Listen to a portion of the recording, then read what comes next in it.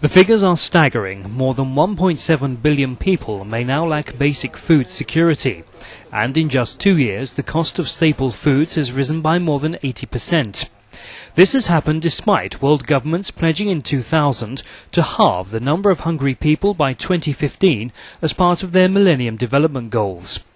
Actionaid has just released a report to highlight the growing crisis. Actionaid's report, Failing the Rural Poor, which we've released today, sort of tells the story of aid to agriculture over the last few years and how that has contributed to the food crisis that blew up so spectacularly earlier this year.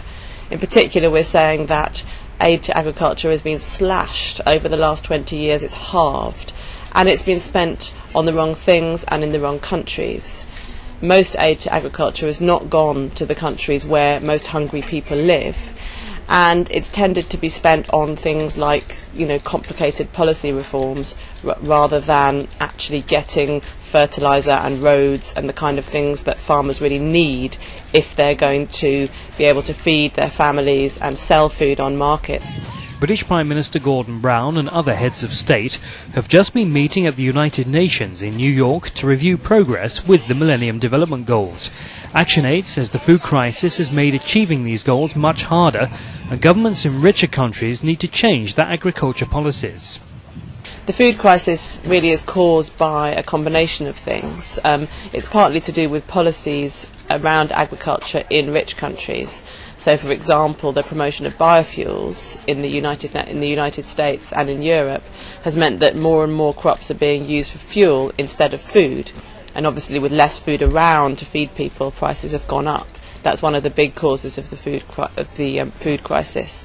But another cause, which Actionaid is highlighting today, has been the long-term neglect of agriculture in developing countries. Money pledged in New York may help to solve the immediate food crisis, but Actionaid says donor countries must redirect aid to prevent a future and even more damaging food crisis.